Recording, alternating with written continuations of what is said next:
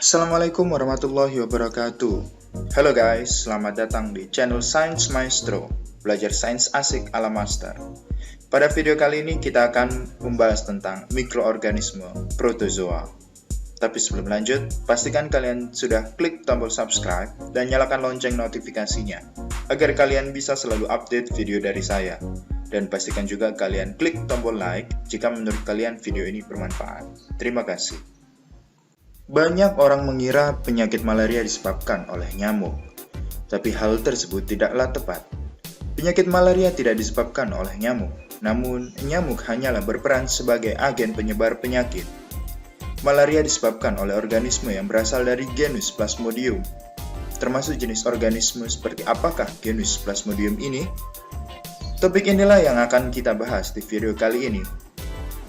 Kategori ketiga dari video mikroorganisme yang akan kita bahas kali ini adalah protozoa. Seperti halnya nama yang dimilikinya, proto artinya primitif, sedangkan zoan artinya hewan. Tunggu sebentar, apa benar organisme ini lebih primitif daripada hewan yang biasa kita jumpai? Ya, karenanya dia merupakan makhluk hidup uniseluler. Bagaimanapun, meskipun tubuhnya tersusun atas sel tunggal, sel tersebut memiliki kompleksitas fungsional yang tinggi. Jadi, bagaimana dengan struktur tubuhnya? Mereka memiliki tipe struktur sel eukariotik. Mereka memiliki nukleus yang tampak jelas dan organel-organel yang terbungkus membran.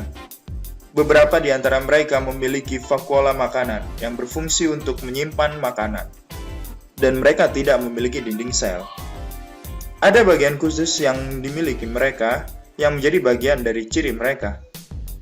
Beberapa memiliki cilia ataupun flagellum yang digunakan untuk bergerak.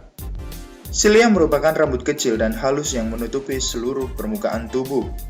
Sedangkan flagellum merupakan filamen panjang yang hanya terdapat satu helai ataupun banyak helai. Lalu, bagaimana mereka bisa mendapatkan makanannya? Apakah mereka golongan autotrof yang sanggup menyiapkan makanannya sendiri? Ataukah golongan heterotrof yang tidak sanggup menyiapkan makanannya sendiri? Kita tahu bahwa sel mereka mirip dengan hewan yang bisa bergerak bebas. Jadi, apakah mereka masuk golongan autotrof mirip tumbuhan? Tentu tidak. Secara alami, mereka adalah golongan heterotrof. Ya, mereka sangat tergantung dengan organisme lain sebagai sumber makanannya. Beberapa di antara mereka ternyata ada yang memiliki klorofil, seperti halnya euglena. Organel ini berperan untuk proses fotosintesis. Banyak organisme protozoa yang kita kenal bersifat parasit. Mereka menyerap nutrisi secara langsung dari tubuh organisme yang masih hidup. Mereka tidak membunuh inangnya, namun mereka sangat merugikan inangnya. Contoh lain anggota protozoa yang sering dijumpai adalah amuba, euglena, paramecium, dan yang sering menyebabkan penyakit yaitu plasmodium. Itulah pembahasan kita mengenai protozoa. Pada video berikutnya, kita akan membahas tentang alga lebih detail. Wassalamualaikum warahmatullahi wabarakatuh.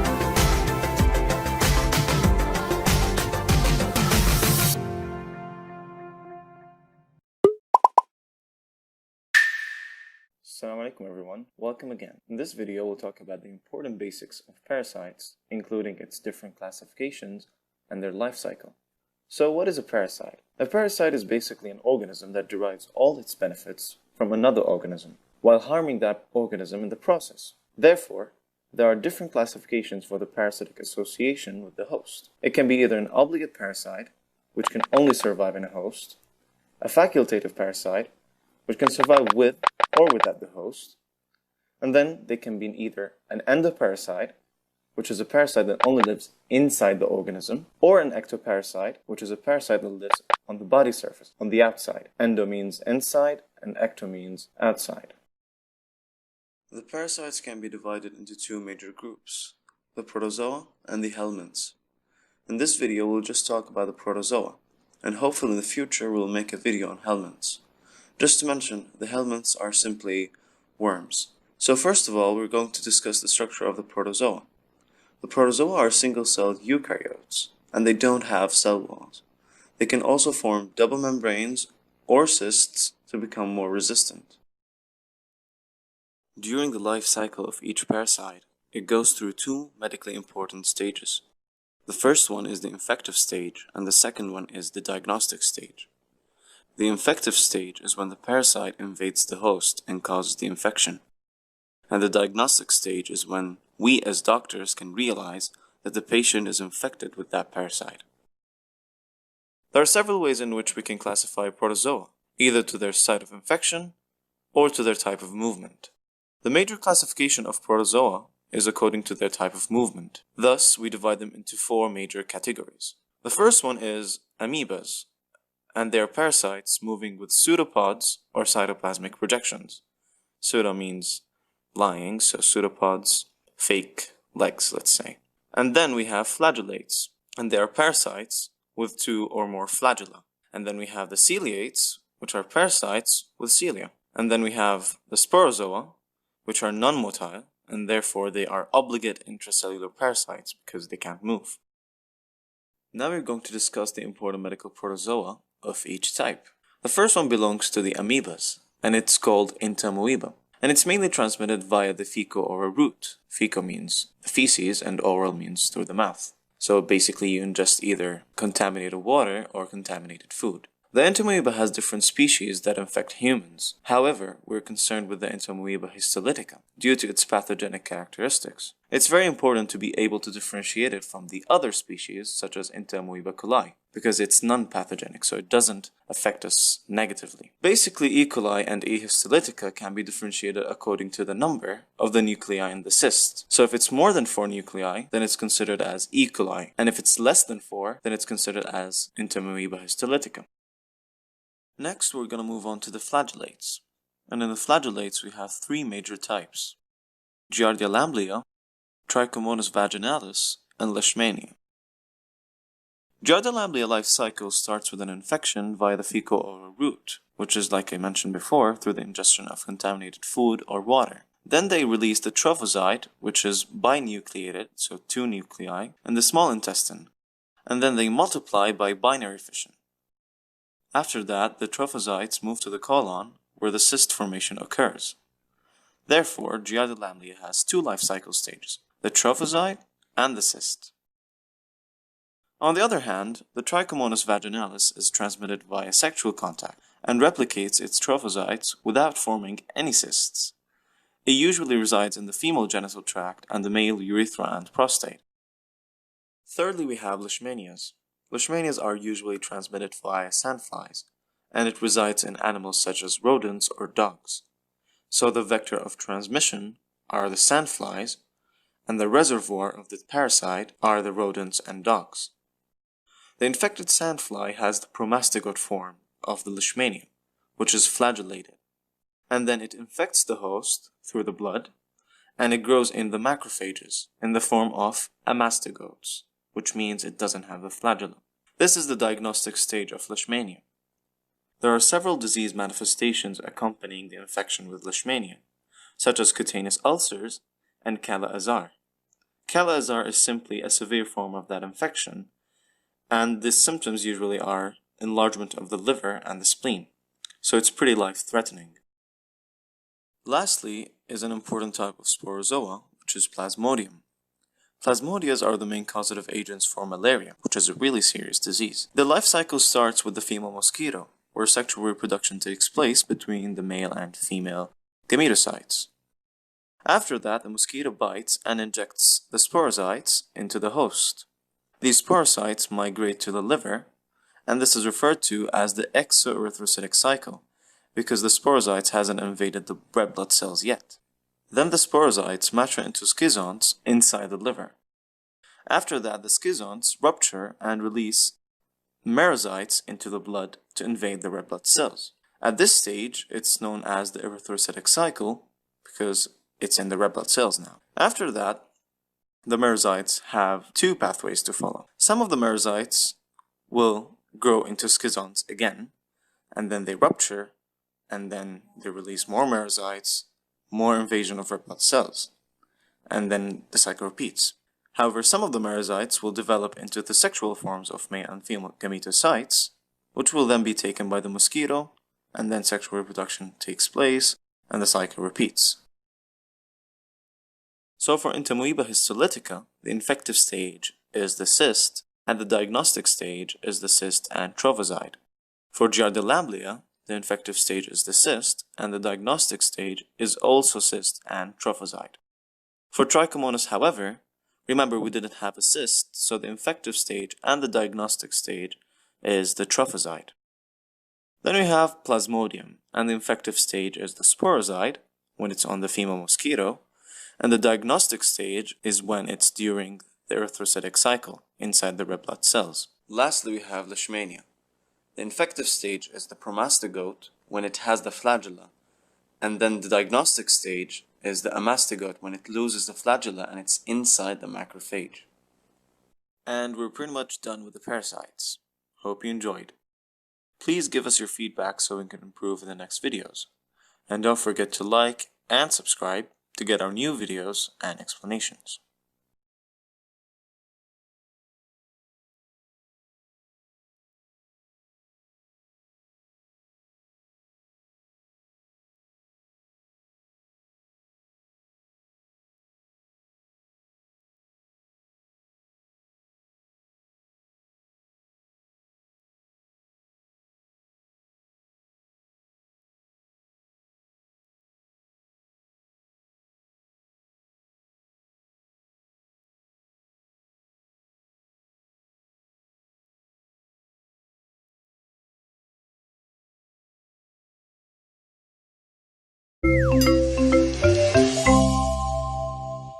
Human African trypanosomiasis, also known as sleeping sickness, is a disease caused by a group of parasites called Trypanosoma brucei. The two main types causing human disease are Trypanosoma brucei gambiense and rhodesiense. There are other types of Trypanosoma brucei which cause animal disease and very occasionally infect humans. Chagas disease, also known as American trypanosomiasis, is a different disease caused by Trypanosoma cruzi. Gambiense is the most common form of African trypanosomiasis, accounting for about 97% of all cases. It's found in countries in Central and West Africa and tends to cause the chronic form of disease. Rhodesiense accounts for about 3% of cases. It's found in countries in Eastern and Southern Africa and causes a more acute infection. Although there were about 300,000 estimated cases in 1995, intense control activities in affected countries have led to a dramatic decline in cases. In 2014, the number of cases was estimated to be about 15,000. Let's have a look at how the disease is transmitted. The parasite is transmitted to humans through the bite of an infected tsetse fly. These flies are only found in sub-Saharan Africa, most commonly in rural areas. Both female and male flies can transmit the infection. These flies tend to bite during daylight hours. Flies can get infected when they bite a person or animal infected with the parasite. Domestic and wild animals can carry the parasite and are important reservoirs of infection, especially for Rhodesiense. Humans are the main reservoir for Gambiense. Very uncommonly, the infection can be transmitted from mother to baby or through blood transfusions, infected needles and syringes, or sexually. Let's have a look at how the disease presents. There are two main stages of the disease. In the first or early stage, the parasite is found outside the central nervous system, mainly in the blood, lymphatic system, or other organs such as the heart, liver, spleen, or eye. In the second or late stage, the parasite invades the central nervous system. Initially, there can be a painful sore, also called a canker, at the site of the tsetse fly bite. Symptoms of the first stage include fever, muscle and joint pain, headaches, itching, and enlarged lymph nodes. It can lead to disease in the affected organs, such as inflammation of the heart muscle, enlargement of the spleen and liver, and eye disease. In the second stage, there can be a range of neurological symptoms, such as changes in personality, psychiatric symptoms, weakness, or problems with movement. The disease can affect sleep. Patients tend to have nighttime sleep disturbances and are sleepy during the day. This can get progressively worse, with patients sleeping most of the time. This is why the disease is called sleeping sickness. If left untreated, the disease can lead to death. The severity of the disease and how quickly the disease progresses from the first stage to the second stage depends on the type of parasite. In Rhodesiense infections, it's quite fast, usually a few weeks. On the other hand, in Gambiense infections, it may take several years. People who get infected may not have symptoms for months, if not years. When they do, they're usually in the second stage. The disease is diagnosed by laboratory techniques, usually by examining the blood under the microscope and looking for the parasite. This usually works well for Rhodesiense infections, but harder to do for Gambiense infections. The classic method of diagnosing Gambiense infections is by examining fluid from a lymph node under a microscope. Second stage infections can be diagnosed by examining cerebrospinal fluid. Blood tests that look for antibodies against the parasite can sometimes be used. There is a test called a card agglutination test that is used for screening for people with infections. This test only works for people with Gambiense infections. PCR tests that look for the genetic fingerprint of the parasite can also be used. There's a limited range of effective medication available to treat the disease. The type of medication used will depend on the type of parasite and the stage of the disease. The disease is harder to treat once it's progressed to the second stage. The medication used is more toxic and complicated to administer. So, how do we prevent and control the disease? Let's have a look at individual measures and also measures that could be done at a community level. At an individual level, preventative measures focus on avoiding contact with the tsetse flies. These include wearing appropriate clothing that covers exposed parts of the body, avoiding bushes in areas that tsetse flies are known to live. Insect repellents are not that effective against these flies, but may prevent other insect bites that may cause other diseases. These measures may not always be possible to do for people living and working in these areas. There is no vaccine or preventative drugs that can be taken to stop people from getting the disease. Intense efforts to control the disease have been led by the World Health Organization, National Sleeping Sickness Control Programs, and others such as pharmaceutical companies and non-governmental organizations. They focus on two areas: reducing the number of people with disease and controlling tsetse flies. Reducing the number of people with disease needs good surveillance, diagnosis, and treatment that is effective, prompt, and accessible. Controlling tsetse flies is usually done by insecticide-impregnated traps and application of insecticides to the resting sites of flies. Controlling the disease in animal reservoirs is generally hard to do. And that's a quick look at sleeping sickness, a neglected tropical disease that can have a significant impact on the health of individuals and entire communities. For more information, have a look at the websites below.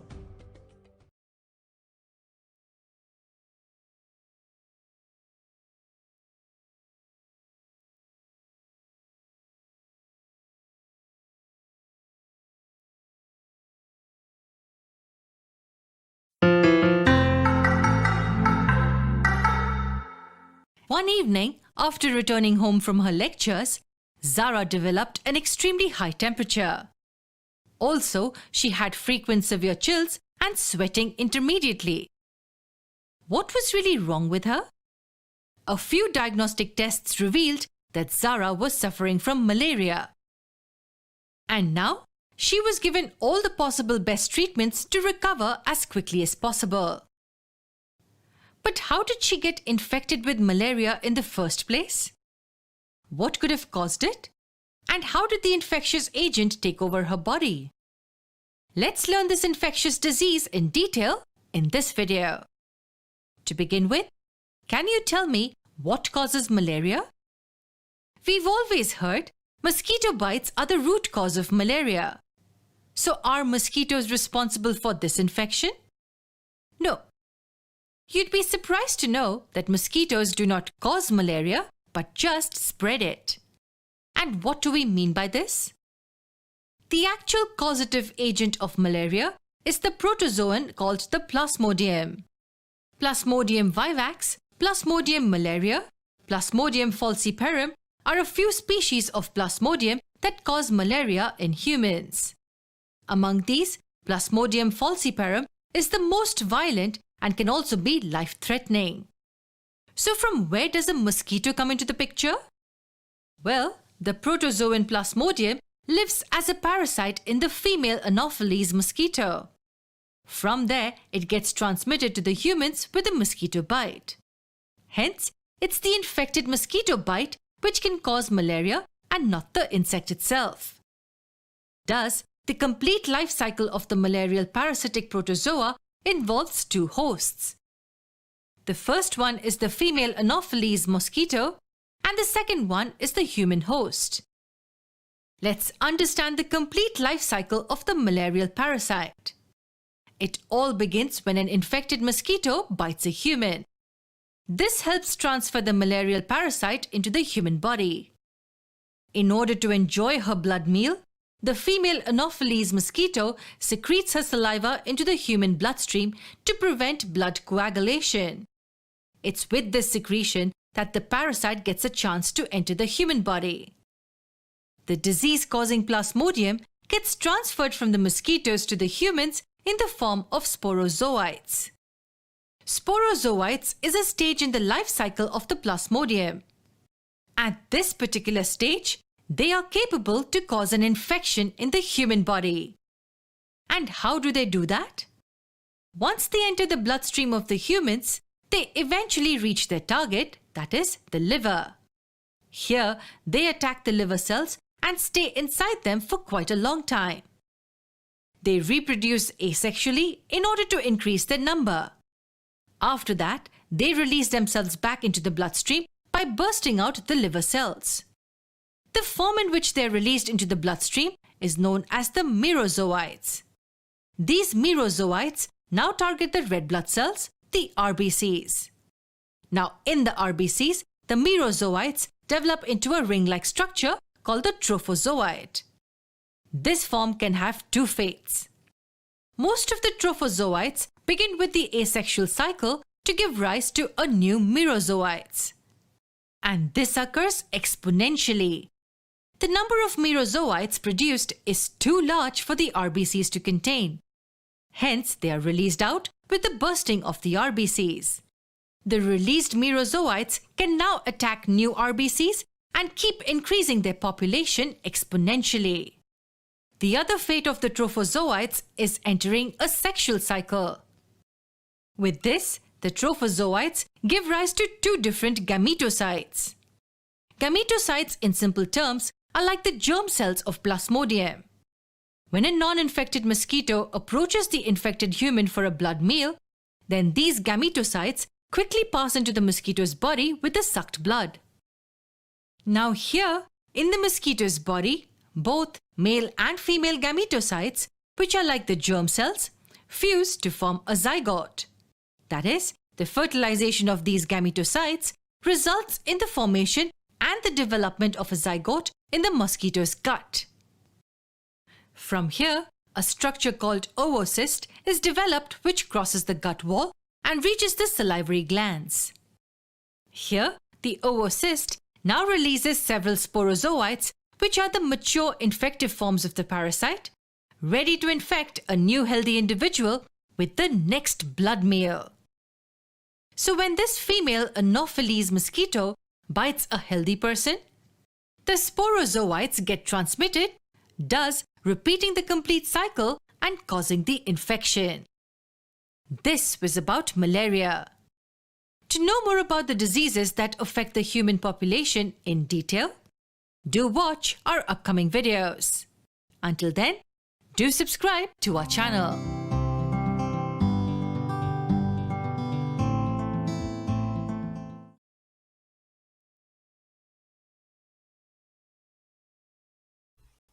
Anyone having ever been pregnant or ever lived with a pregnant woman may have heard about the importance of gently disposing of the family cat, then gathering its remains, wearing a hazmat suit of course, in a tin box and launching it from Cape Canaveral into the nearest black hole. Failing to do so may result in the pregnant woman's geyser-like miscarriage or in a hideously deformed baby, which later would only be fit to act as a bell ringer. And all this on account of toxoplasmosis. Now, let's forget this rubbish. Oh, thank God. I love this cat so much. Let's see the facts. The disease is caused by a single-celled parasite called Toxoplasma gondii... only two. Gondii, which should not be demonized, but let's not feel sorry for it either, for it can very well put two and two together. It's one of the most successful damned parasites in the entire animal kingdom. Since life's successes are up to connections, Toxoplasma is the parasite of most warm-blooded animals. Yours too. Definitive hosts can only be members of the cat family, but intermediate hosts, everything but the bicycle pump. Oh, f*** it, I get left out of everything. The list of intermediate host species includes humans and even the otherwise definitive host cat. Let's try to untangle the knot of who infects whom and how. The infected cat will spread the germ with its droppings in the environment, where the intermediate host, that is, almost anything, will take it in, get infected, then get eaten by the cat, and so the process comes to a full circle. Or does it? The hell it does. The infected intermediate host is eaten by another one, then a third one comes along, then a fourth, a fifth, and so on. The infection is spread every time. The offspring of the intermediate hosts can also get infected during pregnancy or from their mother's milk. If it's the cat that consumes the infectious material, it's as if it was an intermediate host itself. It can, of course, infect its kittens, and should it eat up its own self, it will become a definitive host. It may also happen like this, or like this, and this, and this, and this, and this, and this, and this. Since Toxoplasma is spread worldwide, finding something or someone free of infection is almost like a miracle. Nevertheless, hospitals and animal hospitals are not crowded with masses suffering from toxoplasmosis. Why not? Here's the good news. Toxoplasmosis is usually symptomless. The immune system of most individuals has a good laugh at toxoplasma. Those that for one reason or another have a weakened system are vulnerable. The very sick, the old, the young, and those expecting, both animals and people. Let's have a look at the disease in the definitive host, the cat. Infection comes about by devouring an infected intermediate host. Toxoplasma multiplies in the bowel wall, and the infectious material called only two, oocyst, is emptied with the feces, where it priggishly waits for an intermediate host to come by. In the meantime, Toxoplasma will break into the body from the bowels and scatter all over it. The cat's immune system will immediately start kicking butts, and the germ in turn will bring about microscopic sacs called cysts inside the body and go into hiding. Sure, this too is a cyst, just without the double O. There's the joke about the creative parasitologist walking into a bar. Nah, there's no such joke. The encased Toxoplasma marks the final stage of the disease. The animal can be declared healed, it will not empty oocysts anymore. Only a wonder could help the germ. We'll get back to this later. Generally, none of the stages causes any symptoms. This one may lead to mild diarrhea. This one, in scrawny cats, may cause fever, depression, sometimes more serious complaints. Seeing all that, the vet will be able to tell with high precision that the cause of the complaints could be absolutely anything. This condition will not result in any symptoms unless the cyst is located in such an unfortunate place where it can disturb the working of an organ, say inside the brain. Let's examine the intermediate host as well, using humans as an example. Humans can be infected by taking in oocysts while grazing in the meadow, but rather by eating unwashed vegetables or the cyst-laden raw meat of the infected intermediate host. Like in cats, Toxoplasma will break into the bowel wall and then into the body, but no infectious agent, that is oocysts, will be emptied with the stool. The symptoms are about the same as in the case of cats. By the way, sometimes cats can also be infected by taking in oocysts. Mind you, quite a lot of them would be needed. Those infected will not remain so forever, just till the end of their lives. This state, however, although lacking other advantages, is bulletproof against a new infection. Well then, how can we find out if a person or an animal has toxoplasmosis? Because, as we know, the symptoms aren't really telling, to say the least. Well, first of all, we have to think of the possibility. Some vets will have the word toxoplasma tattooed on their arms just to be on the safe side. Others will have it written on their spouse's forehead. Either way, if the vet remembers toxoplasmosis, a blood test may be of help. The blood test will reveal if the patient ever came into contact with toxoplasma or not. In the former case, it will also tell whether or not the infection is recent or old, giving a clue about the parasite's potential link to the symptoms. Any medication is only useful during acute toxoplasmosis in the dispersion stage of the germ. Cysts will resist chemical warfare. Not that the cat would need it, but occasionally the treatment of a cat shedding oocysts may help reduce the amount of infectious material excreted. Now, what about pregnant women?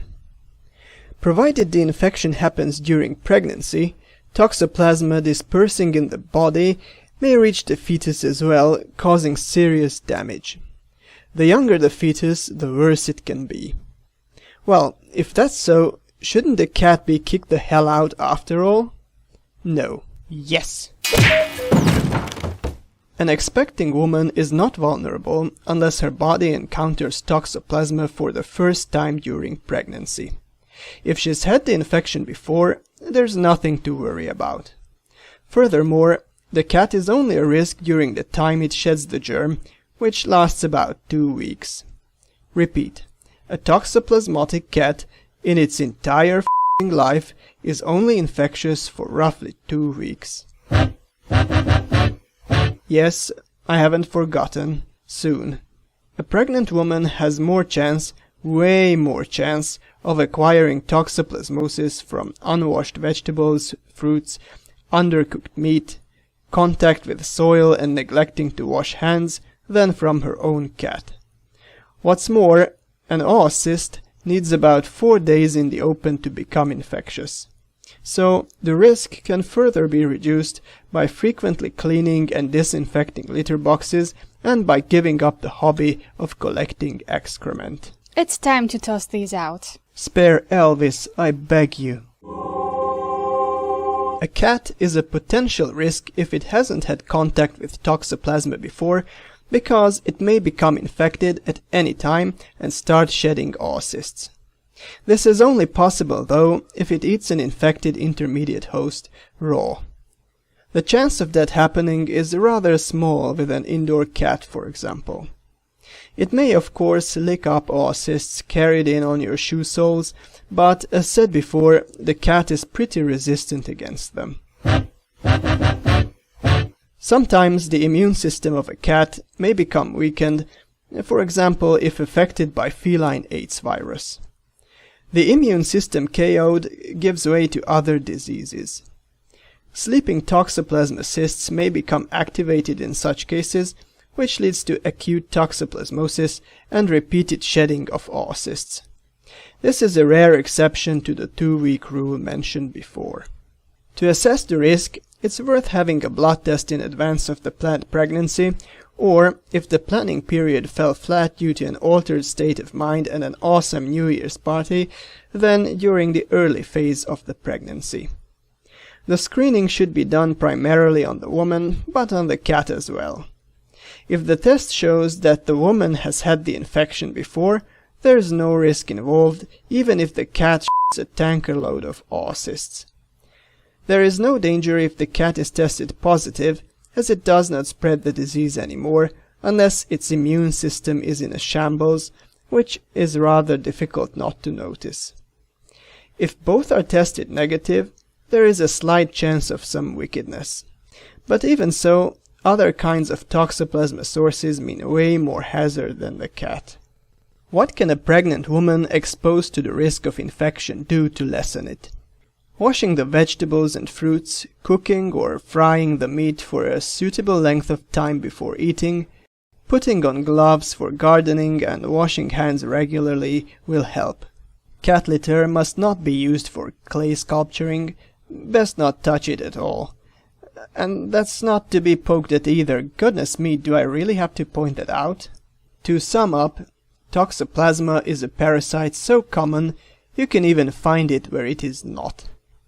It has an intricate course of development. Only members of the cat family can be its definitive hosts, but it has more intermediate hosts than I would want to name.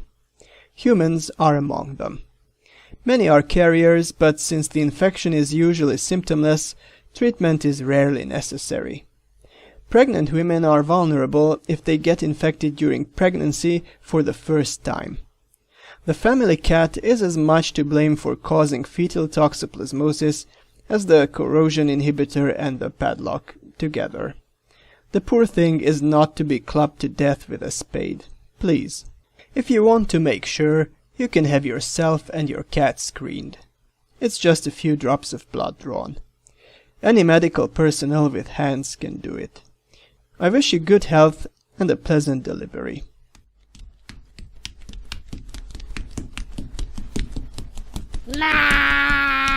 Again, technical verification has been done by Dr. Eva Fock, veterinarian and expert in parasitology. I thank her very much.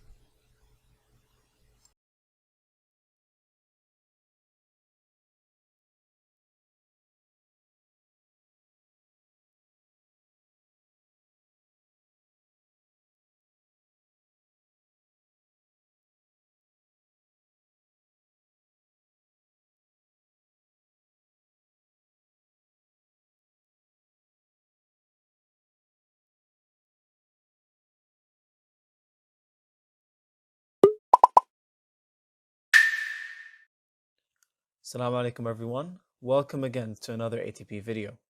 If you still remember from our previous videos, we talked about parasites. We focused mainly on protozoa in that video. Today inshallah we will talk about another category related to parasites, which is helminths. Just to visit the concept again, parasites can be categorized into two main groups, protozoa and helminths. Previously we talked about protozoa, and today we'll be talking about the helminths. Generally speaking, we can divide helminths into two big groups, platyhelminths, which are also known as flatworms, and nematodes, which are known as roundworms. Platyhelminths can be further subdivided into cestodes, which are known as tapeworms, and trematodes, which are known as flukes. One way I like to think about them, to better remember them, is that your plate has cysts and trees. Plate for platyhelminths, cysts for cestodes, trees for trematodes. Weird and gross, I know, but it helps.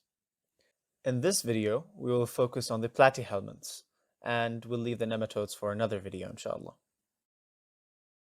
Going back to our classification, under the first category, we have cestodes, or tapeworms if you wish. We will talk about Tenosolium, Diphyllobothrium latum, and Echinococcus granulosus. Whereas for trematodes, or flukes, we will talk about Schistosoma and Clonorchus sinensis. Please keep in mind that these two categories do not only include the species that we just mentioned, but these are the ones that we think are commonly tested in board examinations. Starting off with the cestodes, they're also called tapeworms, and the first tapeworm we will be talking about is Tenosolium. Tenosolium is usually transmitted to humans from consumption of either larvae or eggs. Ingestion of larvae can lead to intestinal type of disease, and this usually comes from eating undercooked pork, leading to GI symptoms such as nausea and abdominal pain. On the other hand, ingestion of eggs from food contaminated with the human's feces, for example, can lead to cysticercosis. Symptoms of cysticercosis may vary, and they depend on the location of tissue infected and the number of larvae. It can affect skeletal muscle, heart, skin, liver, lung, or other tissues. It can also reach the brain to cause neurocysticercosis, leading to serious neurological and epileptic complications. Another tinea we can talk about is tinea saginata. The important differences between both tinea solium and tinea saginata is that the intermediate host is cattle, unlike solium, which is swine. It does not have a hook in the scolex, which is the anterior portion of the worm, and unlike tinea solium, tinea saginata does not cause cysticercosis.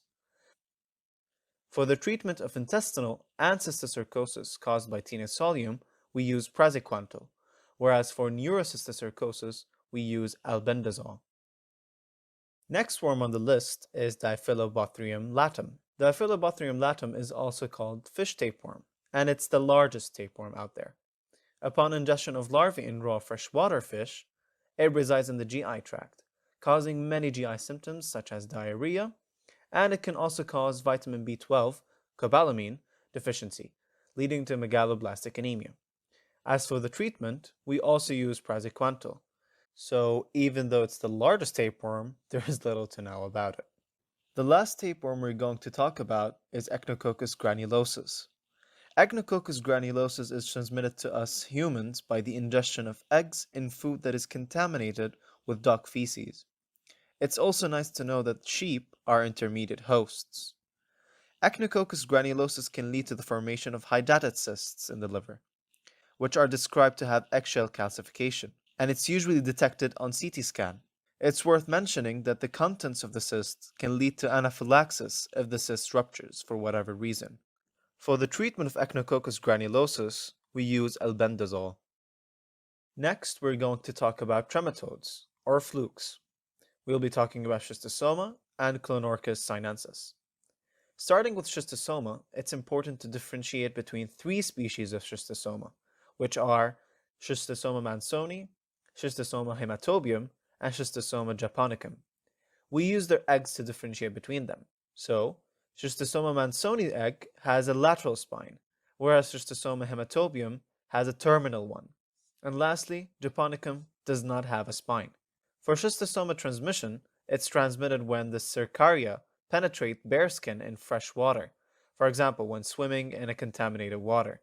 Also, it's worth to mention that the intermediate hosts for schistosoma are snails. Now for the clinical significance, just try to remember this. Schistosoma mansoni and japonicum affect the GI tract, causing intestinal schistosomiasis, while Schistosoma hematobium affects the urogenital tract, leading to urinary schistosomiasis. Schistosoma mansoni can also cause liver and spleen enlargement, fibrosis, inflammation, and portal hypertension, so they're all related to the GI tract. On the other hand, Schistosoma hematobium can cause squamous cell carcinoma of the bladder. In addition, it can cause pulmonary hypertension compared to portal hypertension in mansoni. Now for the treatment, we can also use praziquantel to fight these worms. The last worm we're going to talk about today is Clonorchis sinensis. The name looks a bit scary, and so does the character, but don't worry, it's easy to remember. It's transmitted by consuming undercooked fish, and once this happens, it can lead to biliary tract inflammation and consequently pigmented gallstones. It's also associated with cholangiocarcinoma, or cancer of the biliary tract. Lastly, for the treatment, can you guess what drug we use? You're right, it's praziquantel. Okay, to summarize again, here's the classification of parasites. We talked previously about protozoa. Today, we started talking about helminths, and we divided them into two groups, platyhelminths and nematodes. Platyhelminths were the target of today's video, and they were further divided into two subgroups, cestodes and trematodes. In the next video, we will talk about the nematodes. Finally, we hope you enjoyed this video. Let us know what you like or dislike about our videos in general, and about this video in specific, so we can improve in the next videos. We truly appreciate all your feedback, and rest assured that we do our best to work on the suggestions that you guys are giving us. Don't forget to like and subscribe to receive our latest explanations. And as always, thanks for watching.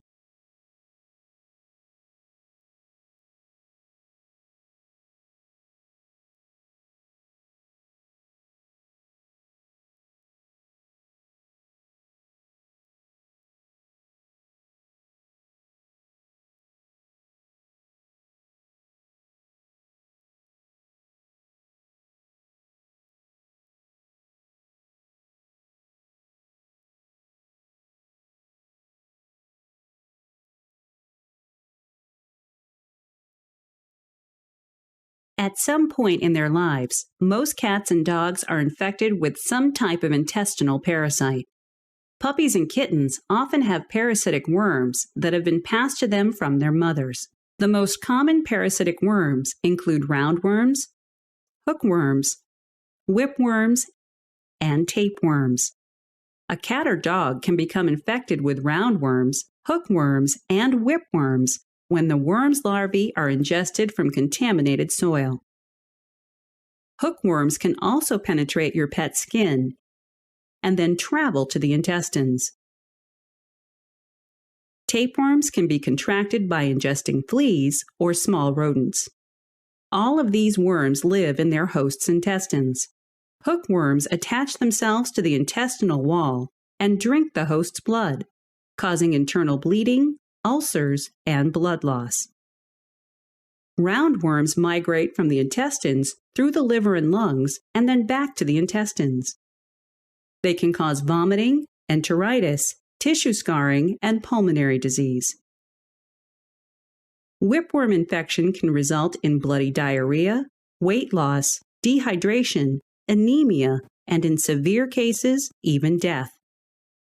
Tapeworms attach to the intestine, but rarely cause significant problems unless there are a lot of them. The egg packets can be very unpleasant to deal with when shed via the anus. Some of these worms can be passed from pets to people. Talk to your veterinarian today about how you can protect your pet and your family from these parasites.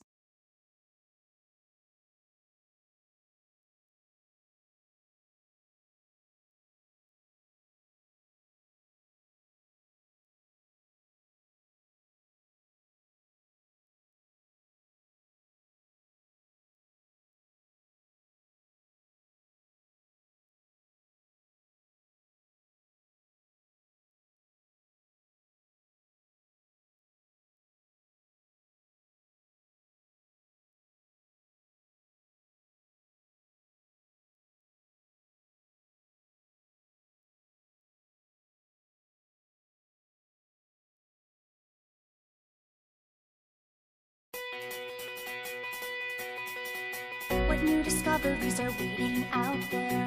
What new adventures can we see? What are the answers to the never-ending questions in your brain that's in a race to find the reason or the place from defined route to outer space so that the truth of any case can be unfurled in the real world. Science in the real world.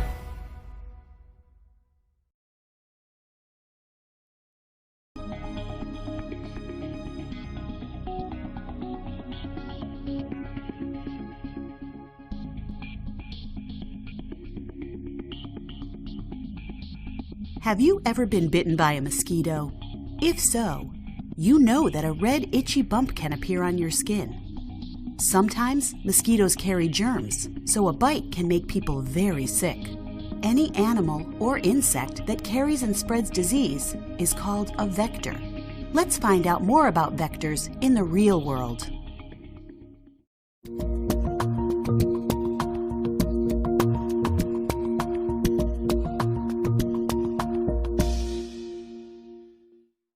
Insects, animals, and other organisms that carry infectious diseases are called biological vectors.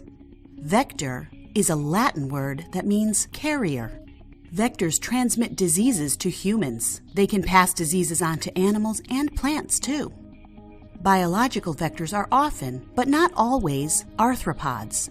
Arthropods are invertebrate animals. Invertebrates don't have a backbone. Insects, spiders, worms, and jellyfish are all invertebrates, but only insects and spiders are arthropods. Arthropod vectors include ticks, fleas, lice, and mosquitoes. A tick is a blood-sucking arthropod that lives in wooded or grassy areas. It is an arachnid, a group of animals that includes spiders. Ticks are carriers of Lyme disease. Lyme disease is caused by infection with a type of bacteria. First, black-legged or deer ticks get the bacteria when they bite small animals that are infected. The type of bacterium that causes Lyme disease is corkscrew-shaped. The disease is spread when an infected tick bites a person. Lyme disease symptoms include fever, chills, muscle aches, and fatigue. An aphid is a tiny insect that feeds on plants. It is a biological vector that transmits many plant diseases caused by viruses. Using its mouth like a syringe, the aphid sucks sap from the plant. The aphid's mouth parts transmit the viral particles. In this way, the aphid spreads diseases from plant to plant. Mosquitoes serve as vectors for many deadly diseases that affect humans, including malaria, dengue, West Nile disease, yellow fever, and Zika. Given its small size, it's hard to imagine, but the mosquito is, in fact, the most dangerous creature on Earth. The diseases carried by mosquitoes infect hundreds of millions of people every year. Many millions die from these diseases. Mosquito-borne diseases have killed more people than all of the wars in history. Both male and female mosquitoes feed on plant sap and nectar. However, in order to reproduce, female mosquitoes need the protein and iron found in blood to help their eggs develop. Females get the blood from animals and humans. To supply her eggs with these nutrients, the female mosquito searches for a host. Mosquitoes attack a wide range of hosts. These include other insects, fish, reptiles, birds, and mammals, including humans. The female deploys a range of methods to identify a host. She will use her eyes to spot a victim. She can also sense a person's body heat and the carbon dioxide we exhale when we breathe. Mosquitoes are also attracted by body odor. Scientists have shown that the odor of blood helps the mosquito to quickly locate its host's veins. When the mosquito lands, it probes for a thin-skinned area with a vein using its proboscis. Think of the proboscis as a system. It includes 6 thin, flexible needles. When a blood vessel is found, the system of needles pierces the skin and sucks blood out. The needles are so sharp you can barely feel them. Part of the proboscis injects saliva into the skin. The saliva numbs the area and helps to keep the blood flowing. Within a few minutes, the victim's body identifies the mosquito's saliva as a foreign invader. The body's immune system sends white blood cells to neutralize chemicals and microbes in the saliva. This reaction is what causes the itching and swelling. After a few days, the bite mark usually fades away. Most of the time, mosquito bites are just a nuisance. However, if a mosquito is infected with a disease-causing microorganism, it can be a vector for the disease. When the mosquito bites someone, its mouth parts or saliva can then infect its victim. As vectors, mosquitoes spread diseases throughout the world. Mosquitoes only transmit the disease. A mosquito cannot directly cause illness. Bacteria, viruses, and parasites cause the diseases that mosquitoes transmit.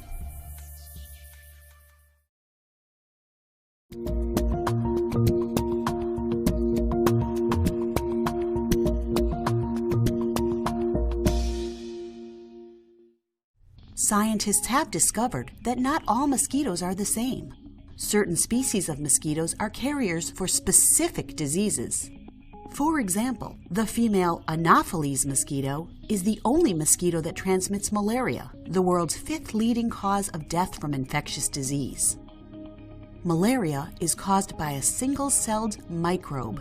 This organism is a parasite. When the microbe enters the body, it lies undetected in the liver. Here, each cell multiplies 10,000 times. After a couple of weeks, the parasite enters the bloodstream, where it infects red blood cells. Symptoms of malaria include fever, headaches, and nausea.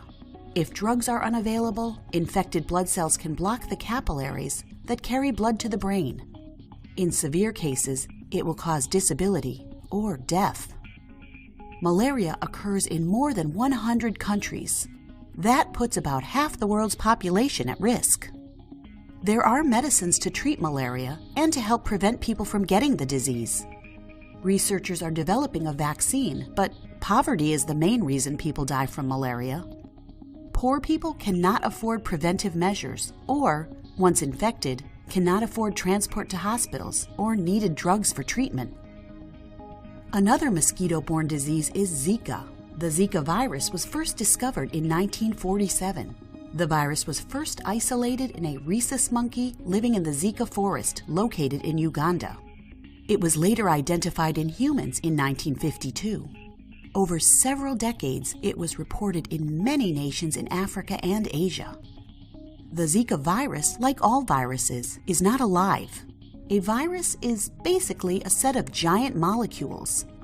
The virus particle hijacks an organism's cell and then uses that cell to make copies of itself.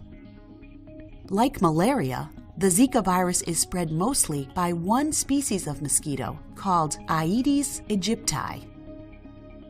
People who are infected with the virus can get a mild fever and a rash. Symptoms include joint and muscle pain, headaches, and red eyes. However, 80% of people who are infected with the virus never show any symptoms.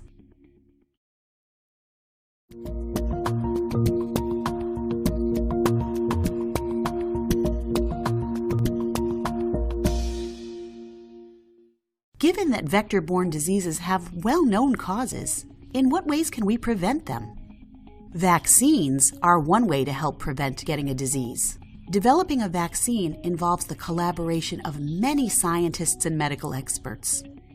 10 to 15 years of research may be needed before a vaccine can be introduced to the public. Vaccines are a well-established technology that help to stop the spread of many diseases.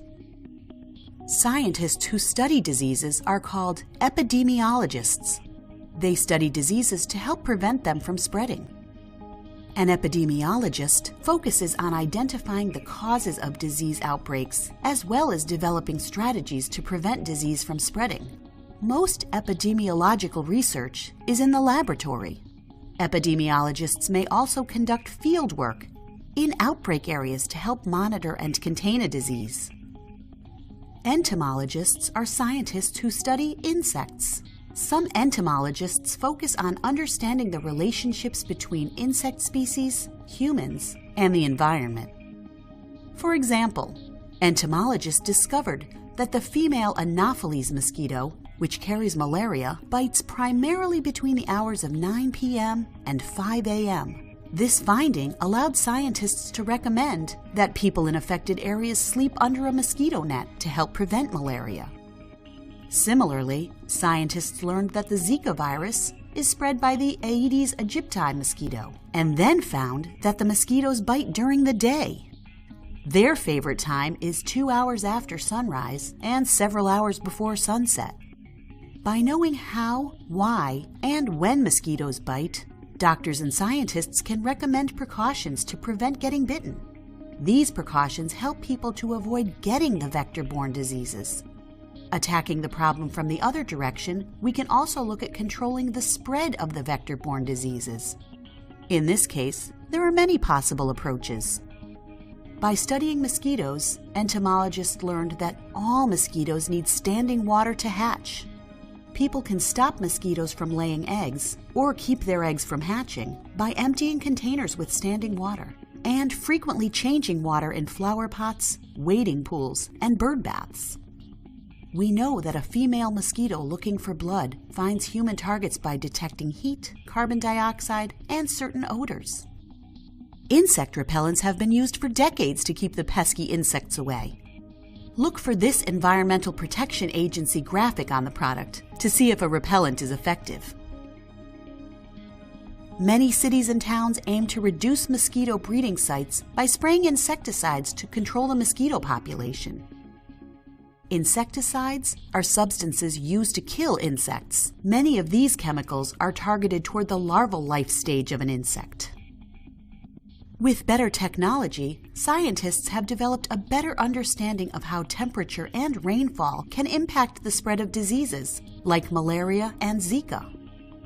Computer models indicate that higher temperatures will allow mosquitoes to spread to new areas. Many experts think that climate change may hinder efforts to control insect-borne disease. Through continuing research from various scientific areas, we now know more about infectious diseases that spread through insects and other biological vectors.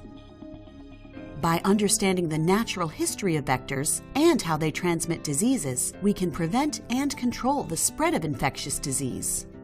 As a result, scientists and doctors keep people healthier and save millions of lives in the real world.